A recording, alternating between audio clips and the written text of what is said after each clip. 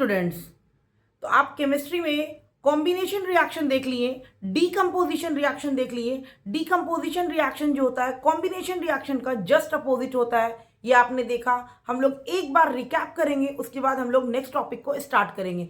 हम लोग combination reaction देखें। कॉम्बिनेशन मतलब कॉम्बाइन किया, छोटा छोटा कंपाउंड, छोटा छोटा एलिमेंट आकर के मिलके एक बड़ा सा कंपाउंड बनाया, बड़ा सा प्रोडक्ट बनाया, तो उसको हम लोग कॉम्बिनेशन रिएक्शन कहते हैं। Single reactant react, two or more reactant react to form single product. Two or more reactant react to form single product is known as combination reaction. उसके बाद हम लोगों ने देखा था डीकम्पोजिशन रिएक्शन। डीकम्पोजिशन रिएक्शन मतलब मैंने नाम से ही बताया, डिकम्पोज होना। डिकम्पोज होना मतलब क्या होता है? टूटना। डिकम्पोजिशन रिएक्शन यानी कि एक बड़ा सा कंपाउंड ब्रेक होकर के, टूट करके छोटे छोटे फॉर्म में बन जा रहा है, ठीक है। यानी कि एक बड़ा सा रिएक्टेंट टूट करके बहुत सारा प्रोडक्ट दे रहा है, तो उसको हम लोग कहते हैं डीकम्पोजिशन रिएक्शन। उसके बाद मैंने आपको बताया था कि डिकम्पोजिशन रिएक्शन बच्चों खुद से नहीं होता है, उसको करवाना पड़ता है या तो हीट दे करके, या लाइट दे के, या सनलाइट दे करके। हीट के थ्रू अगर करवा रहे हैं तो उसको हम लोग थर्मल कहते हैं। लाइट के थ्रू करवा रहे हैं, इलेक्ट्रिसिटी के थ्रू, उसको हम लोग इलेक्ट्रोलाइटिक कहते हैं। और हम लोग जो सनलाइट के थ्रू करवा रहे थे उसको हम लोग फोटोकेमिकल कह रहे थे, ठीक है ना। उसके बाद मैंने बताया था एंडोथर्मिक रिएक्शन और एक्सोथर्मिक रिएक्शन। क्लियर है पॉइंट? इंडो जिसमें हम लोग को हीट देना पड़ता था उसको हम लोग इंडो कहते थे, और जिससे हीट निकलेगी वो एक्सो कहलाएगा, ठीक है ना।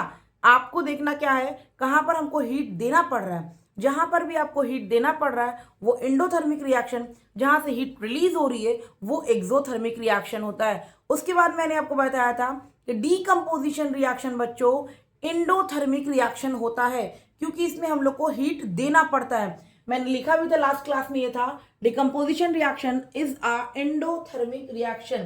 क्लियर है पॉइंट? तो ये था आपका सेकेंड पॉइंट, था ना। और हमारा थर्ड है बच्चों, जो हमारा थर्ड रिएक्शन है वो क्या था नाम, हम लोगों ने एक साथ पहले सारा कुछ लिख लिया था। जो हमारा थर्ड था वो था नंबर 3 जो था बच्चों, वो है हमारा डिस्प्लेसमेंट रिएक्शन। डिस्प्लेसमेंट रिएक्शन ये बहुत इंपॉर्टेंट रिएक्शन है, ठीक है ना, बहुत इंपॉर्टेंट रिएक्शन है ये।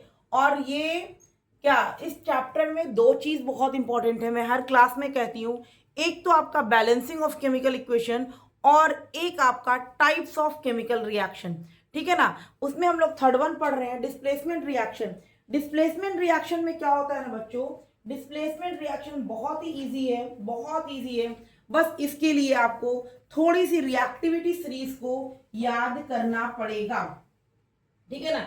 जैसे पहले मान लिया कि डिस्प्लेसमेंट रिएक्शन हमारा क्या है। जैसे मैंने ए का रिएक्शन करवाया, जैसे मैंने ए बी का रिएक्शन करवाया सी से, ठीक है ना।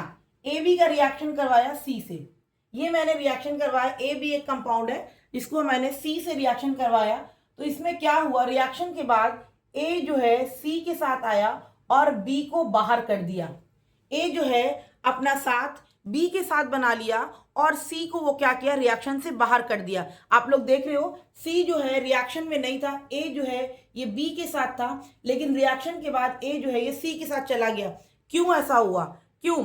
जैसे हम लोग मान लेते हैं आप किसी बेंच पे बैठे हो या कहीं पर बैठे हुए हो, आपको अब कोई उठा सकता है? नहीं उठा सकता है। लेकिन अगर आपसे कोई पावरफुल बंदा आ जाए, कोई बहुत ताकतवर आ जाए, बोले कि हटो यहाँ पर से, तो क्या होगा, वो हटा देगा, आपको हटा देगा कि नहीं हटा देगा। बस सेम चीज यहाँ पर है, ये क्या है, मोर रिएक्टिव होगा, ये बी से ज्यादा पावरफुल होगा, इसलिए बी को रिएक्शन से बाहर फेंक दिया और अपना जगह सी के साथ बना लिया।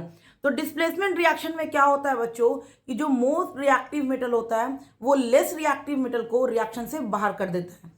More reactive metal displace a less reactive metal in a reaction is known as displacement reaction. तो अब आपको जानना क्या है कि मोस्ट रिएक्टिव एलिमेंट कौन सा है, लेस रिएक्टिव एलिमेंट कौन सा है। क्योंकि ए जो है यहाँ पर हम लोग को दिख रहा है, ए बी के साथ रिएक्शन किया और ए बी जो है सी के साथ रिएक्शन किया और ए सी दिया, यानी कि सी जो होगा हमारा मोर रिएक्टिव होगा, तब तो बी को बाहर कर दिया। तो इसी तरह से जब हम लोग रिएक्शन करवाएंगे, ये तो मैंने सिर्फ एक आपको आइडिया दे रहे हैं, ठीक है ना। इसी तरह से जब हम लोग रिएक्शन करवाएंगे बच्चों, तो उसमें कैसे बाहर जाएगा, हम कैसे पता करेंगे कि कौन सा एलिमेंट ज़्यादा पावरफुल है, कौन किसको बाहर करेगा। उसके लिए एक एनसीईआरटी टर्म है हमारा रिएक्टिविटी सीरीज। रिएक्टिविटी सीरीज बच्चों याद करना ही पड़ेगा। अगर आप याद करोगे डिस्प्लेसमेंट रिएक्शन, जो ये बहुत इंपॉर्टेंट रिएक्शन है, आपको इसके बाद वाले चैप्टर में नहीं, थर्ड चैप्टर में ज़रूर मिलेगा। डिस्प्लेसमेंट रिएक्शन वहाँ पर भी है। तो आपको डिस्प्लेसमेंट रिएक्शन की जो रिएक्टिविटी सीरीज है उसको आपको हर हाल में याद करना ही पड़ेगा। अगर आप उस रिएक्टिविटी सीरीज को नहीं याद रखोगे तो आप डिस्प्लेसमेंट रिएक्शन को नहीं कर पाओगे, क्योंकि ऑप्शन में देगा कि हाँ ये डिस्प्लेसमेंट रिएक्शन है। तो आप कैसे चेक करोगे डिस्प्लेसमेंट रिएक्शन है कि नहीं? पहले आप देखोगे, बहुत सारा ऐसा होता है कि रिएक्शन नहीं जाता है। अगर मान लिया कि मैंने, जैसे मान लिया कि यहाँ पर ये मोस्ट रिएक्टिव है, ठीक है ना, मोस्ट रिएक्टिव मेटल है, ठीक है, और ये जो है ए और सी के साथ है और बी बाहर है, ठीक है। क्या इस केस में रिएक्शन होगा? क्या ये सी जो है मोर पावरफुल है बी से, क्या ये सी को बाहर कर पाएगा? नहीं कर पाएगा, इसलिए इसमें रिएक्शन नहीं होगा। तो ये बताने के लिए हम लोग को सिर्फ और सिर्फ बच्चों रिएक्टिविटी सीरीज को याद करना पड़ेगा। रिएक्टिविटी सीरीज को याद करना पड़ेगा। अगर आप रिएक्टिविटी सीरीज याद रखते हो तो आपका 100% क्वेश्चन गलत नहीं हो रहा है और डिस्प्लेसमेंट रिएक्शन बहुत इजीली सॉल्व कर पाओगे। पहले इसको हम लोग क्या करते हैं, इसका हम लोग डिफिनेशन लिख लेते हैं, ठीक है ना, क्या कहलाता है पहले वो लिख लेते हैं, उसके बाद हम लोग रिएक्टिविटी सीरीज देखेंगे। Chemical reaction in which chemical reaction in which more reactive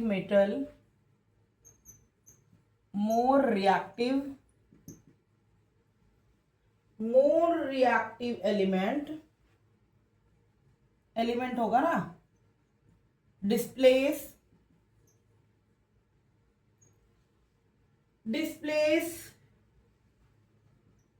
a less reactive element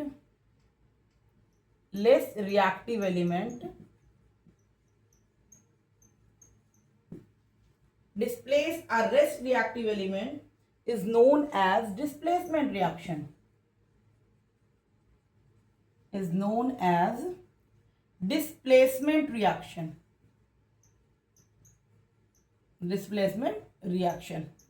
ठीक है ना बच्चों, मैंने सिंपल सी बात लिखी है, केमिकल रिएक्शन में जो मोस्ट रिएक्टिव मेटल होगा वो लेस रिएक्टिव मेटल को रिएक्शन से क्या करेगा, बाहर कर देगा।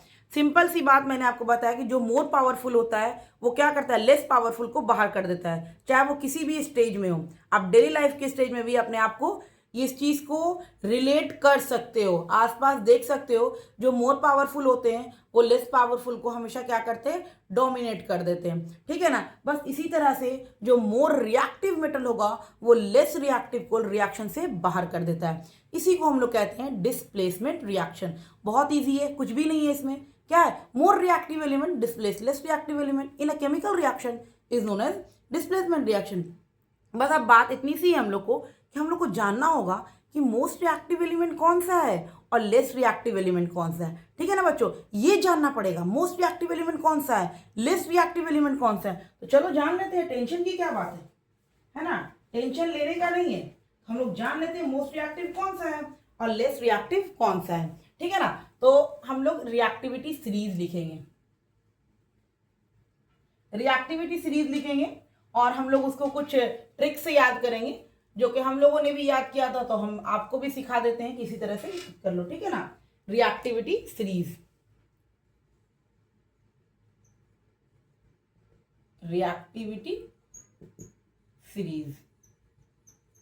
ठीक है। हम लोग रिएक्टिविटी सीरीज याद रखेंगे, बिना याद किए कुछ नहीं होने वाला। अगर आप सोचोगे कि हम नहीं याद करेंगे भाई तो मेरा सब कुछ हो जाएगा, मैं बहुत जीनियस हूं, तो ऐसा नहीं हो सकता है, ठीक है ना। आपसे भी ज्यादा जीनियस थे जिन्होंने बुक में इसको लिखा है, क्लियर है, दिन रात अपनी मेहनत कर करके इस चीज पे वर्क किया है। क्लियर है पॉइंट, हम लोग लिखेंगे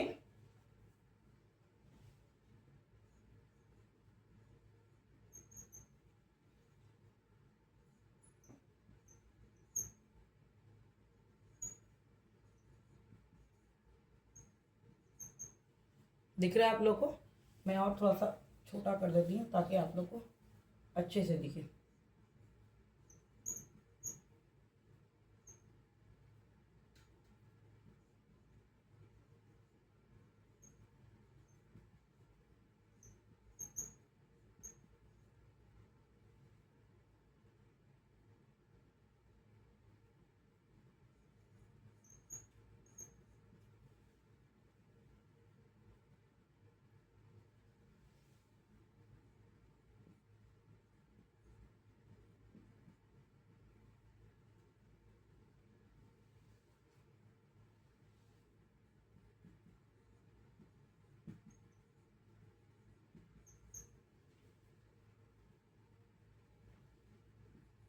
देखिए, ये मैंने एक सीरीज लिखी है, ठीक है ना। तो इसका sodium, potassium, sodium, calcium, magnesium, aluminium, zinc, iron, lead, hydrogen, copper, mercury, silver, gold, platinum. Reactivity series जैसे जैसे नीचे आएगा वैसे वैसे डिक्रीज करती जाएगी, जिसके नीचे आएगा डिक्रीज करती जाएगी। देखो बच्चों, मैंने यहाँ से इसको नीचे लिखना था, पर क्या होगा आप लोग को दिखेगा नहीं, इसलिए मैंने इसको यहाँ लिखा है, ठीक है ना। ये जो है अपनी कॉपी में इसको नीचे ही लिखिएगा, ऐसा नहीं होगा कि यहाँ लिखने के बाद यहाँ लिख दीजिएगा, वैसा काम मत करिए, क्योंकि आपकी कॉपी में पूरा स्पेस होगा। आप इसको लिखने के बाद इसके नीचे इसको लिखिएगा, ठीक है ना। तो ये हो गया हमारा। और डॉन जैसे आएंगे रिएक्टिविटी सीरीज, रिएक्टिविटी जो होगी वो डिक्रीज कर जाएगी। तो हम लोग सोडियम को, सॉरी पोटेशियम को याद करेंगे, केदार नाथ का माली आलू जरा फीका पकाता है, ठीक है ना। केदारनाथ का माली आलू जरा फीका पकाता है, हाई कोर्ट है आपका, ठीक है ना। देखो बच्चों, हर तरीके से लोग याद करते हैं, अपने अपने तरीका है सबका याद करने का। तो जैसे मैंने याद किया था अपने टाइम में, बस मैं वैसे ही आपको याद करा रही हूँ, ताकि आप लोग को भी याद रहे जैसे मैंने याद रखा। आज तक मुझे याद है, जैसे मान लिया कि मुझे ये सीरीज याद करने में दिक्कत होती है, लेकिन मुझे याद है केदारनाथ का माली आलू ज़रा फीका पकाता है, हाई कोर्ट है आपका। अगर हमको लिखना रहा तो हम फटाक से कॉपी में लिख देंगे, क्योंकि मुझे याद है ये। इसी तरह से मैंने आपको, जैसे मैंने याद किया, सेम टू सेम आपको याद करवा रही हूँ, ताकि आप किसी भी स्टेज में जाओ, किसी भी लेवल पे चले जाओ, ये आप नहीं भूलो रिएक्टिविटी सीरीज, ठीक है ना बच्चों। तो ये जो है हमारा, ये हमारा मोस्ट रिएक्टिव एलिमेंट है, मोस्ट रिएक्टिव, ठीक है ना। और ये हमारा लीस्ट रिएक्टिव, ठीक है, ये हमारा लीस्ट रिएक्टिव। आप कॉपी में इस तरीके से नहीं लिखना, आप यहां लिखने के बाद इसको भी अपने कॉपी के नीचे में ही लिखना, ठीक है ना। तो इस तरीके से हम लोग याद करते हैं, potassium, sodium, calcium, magnesium, aluminium, zinc, iron, lead, hydrogen, copper, Hg, Ag, Au, Pt, ठीक है ना। केदारनाथ का माली आलू जरा फीका पकाता है, हाई कोर्ट है आपका। इसको आप लोग को याद करना ही पड़ेगा। अगर आप लोग नहीं याद करोगे बच्चों, तो आप डिस्प्लेसमेंट रिएक्शन नहीं कर पाओगे। और ऐसा नहीं है कि ये रिएक्शन सिर्फ इस चैप्टर में ही है, आपको थर्ड चैप्टर में भी इसका यूजेस मिलेगा, ठीक है ना। इसीलिए रिएक्टिविटी सीरीज याद कर लीजिएगा, और बहुत इजी है। केदारनाथ का माली आलू जरा फीका पकाता है, हाई कोर्ट है आपका। ये तो एक याद होगी, ऐसा नहीं है कि आप सिर्फ ये याद कर लीजिएगा, साथ में पहले मिला मिला के 2-3 बार याद करिएगा। के से केदार, एन से नाथ, सी से का, एमजी से माली, एल से आलू, जिंक से जारा, एफई से फीका, पीबी से पकाता, एच से है। पहले ऐसे याद करिएगा, उसके बाद जब अब अच्छे से याद आ जाएगा कि हाँ किसके लिए कौन सा वर्ड यूज़ किया गया है, उसके बाद आप हमेशा याद रखिएगा। समझ में आ रही है? आप सिर्फ ऐसे मत करिए केदारनाथ का माली आलू जरा फीका पकाता, ये मत याद रखिए खाली। आपको पहले हर चीज़ को याद रखना है। अच्छा, केदार किसके लिए था? के लिए था। पोटेशियम के लिए था, पहले इस तरीके से याद रखिए, पहले पूरे माइंड में अपने आप को सजा लीजिएगा कि कौन सा वर्ड किसके लिए यूज किया गया है। आलू किसके लिए यूज किया गया है, एल्युमिनियम के लिए यूज किया गया है। उस चीज को पहले याद कर लीजिएगा अच्छे से, उसके बाद आप हमेशा एक अपने सीरीज में याद कर सकते हो। क्लियर है पॉइंट। तो ये है आपका रिएक्टिविटी सीरीज। आप रिएक्टिविटी सीरीज अगर याद रखोगे बच्चों तो ही आप डिस्प्लेसमेंट रिएक्शन कर पाओगे। रिएक्टिविटी सीरीज याद रखोगे तो ही डिस्प्लेसमेंट रिएक्शन कर पाओगे। अगर आपने रिएक्टिविटी सीरीज नहीं याद रखी बच्चों तो आप डिस्प्लेसमेंट रिएक्शन नहीं कर पाओगे, ठीक है ना। तो इसका हम लोग जैसे एग्जांपल देख लेते हैं। आई होप कि आप लोग लिख लिए होंगे, जिसने नहीं लिखा है प्लीज लिख लें, ठीक है ना। और इसको जो है अपनी कॉपी के नीचे में लिखिएगा, ऐसे मत लिखिएगा। मेरे पास क्या था कि यहाँ पर जगह नहीं था नीचे में, इसलिए मैंने इसको इस साइड में लिखा है। क्लियर है पॉइंट। तो चलिए हम लोग एग्जाम्पल देखते हैं। अब साइड में पहले हम लोग रिएक्टिविटी सीरीज लिख लेंगे, उसके बाद ही एग्जाम्पल करेंगे, ताकि आप लोग को मैं दिखा सकूं कि कौन ज्यादा रिएक्टिव है और कौन सा कम रिएक्टिव है, ठीक है ना। तो चलिए मैं बगल में इसका लिख देती हूं पहले।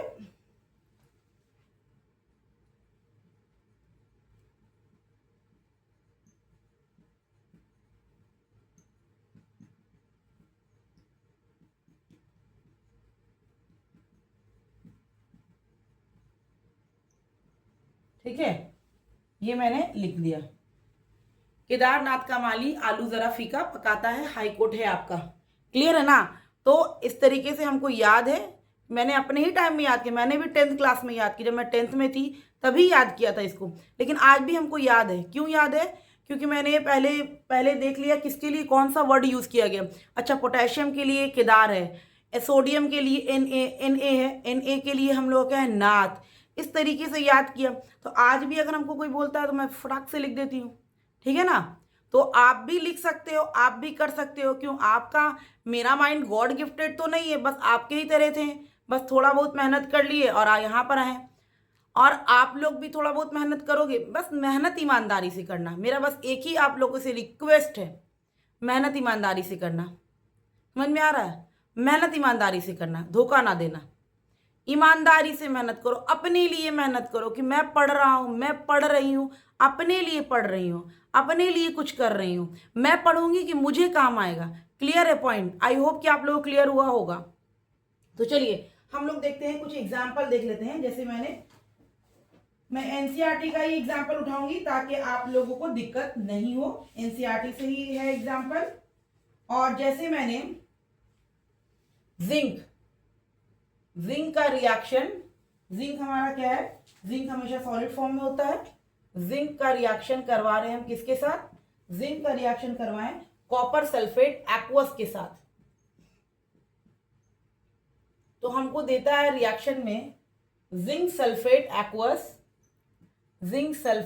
एक्वस और प्लस कॉपर को बाहर कर देता है, कॉपर को सॉलिड के फॉर्म में बाहर कर देता है, ठीक है ना। ये आपको रिएक्शन दिया हुआ है। आपसे पूछेगा क्या ये रिएक्शन डिस्प्लेसमेंट रिएक्शन कर रहा है, क्या ये रिएक्शन आपका डिस्प्लेसमेंट रिएक्शन शो कर रहा है।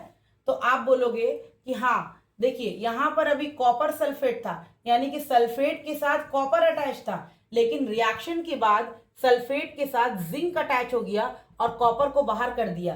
अब हम लोग को देखना यह है कि दो जिंक और कॉपर में से कौन ज्यादा रिएक्टिव है। देखो बच्चों, जिंक यहां है, दिख रहा है, और कॉपर यहां है, दिख रहा है ना। यानी कि जिंक जो है हमारा मोर रिएक्टिव देन कॉपर है, यानी कि जिंक ज्यादा रिएक्टिव है कॉपर से। जिंक ज्यादा रिएक्टिव है कॉपर से, तो जिंक जब ज्यादा रिएक्टिव है कॉपर से तो क्या करेगा, रिएक्शन से कॉपर को बाहर कर दिया, रिएक्शन से कॉपर को बाहर कर दिया। तो ये एग्जांपल है आपका डिस्प्लेसमेंट रिएक्शन का। अब मैं एक और एग्जांपल लेती हूं, ठीक है ना। जैसे मैंने एग्जांपल लिया, कॉपर का रिएक्शन करवाया मैंने सिल्वर नाइट्रेट से, ठीक है। सिल्वर नाइट्रेट से मैंने रिएक्शन करवाया, सिल्वर नाइट्रेट एक्वस फॉर्म में होता है, और ये हमको जो दे रहा है बच्चों, कॉपर नाइट्रेट दे रहा है, कॉपर नाइट्रेट दे रहा है, और Ag को, सिल्वर को बाहर कर रहा है, ठीक है ना। तो इसको हम लोग क्या करते हैं, बैलेंस कर लेते हैं पहले, क्योंकि बैलेंस पहले जरूरी है। 2 नाइट्रेट है तो यहाँ 2 नाइट्रेट बनाए, 2 नाइट्रेट तो हो गया, 2 नाइट्रेट तो 2 Ag हो गया, तो 2 हमको 2 कर दिए बैलेंस, ठीक है ना। अगर इक्वेशन आप अब आप कहीं पर भी इक्वेशन लिखोगे बच्चों, अगर आपने बैलेंस नहीं किया तो आपको मार्क्स नहीं मिल रहा है, क्योंकि आप बैलेंसिंग सीख गए हो, अब आप क्लास 10 के अच्छे स्टूडेंट हो गए हो। ठीक है ना। तो ये हो गई बात। हम लोगों ने डिस्प्लेसमेंट रिएक्शन देख लिया। देखो अब हम लोग को यहाँ पर दो एलिमेंट दिख रहा है, एक तो हम लोग को सिल्वर दिखा, एक कॉपर दिखा। हम दोनों को जाकर के रिएक्टिविटी सीरीज में देखते हैं बच्चों। देखो ये हमारा सिल्वर है, दिख रहा है, और ये हमारा क्या है, कॉपर। कॉपर यहाँ है, ठीक है ना। तो कॉपर यहाँ है और सिल्वर यहाँ है, तो कौन ज्यादा रिएक्टिव है, कॉपर ज्यादा रिएक्टिव है सिल्वर से। तो क्या किया, सिल्वर को रिएक्शन से बाहर कर दिया और कॉपर अपना जगह बना लिया। तो ये एग्जांपल हो गया आपका डिस्प्लेसमेंट रिएक्शन का। ठीक है ना। अब आप जैसे एग्जांपल ले लो,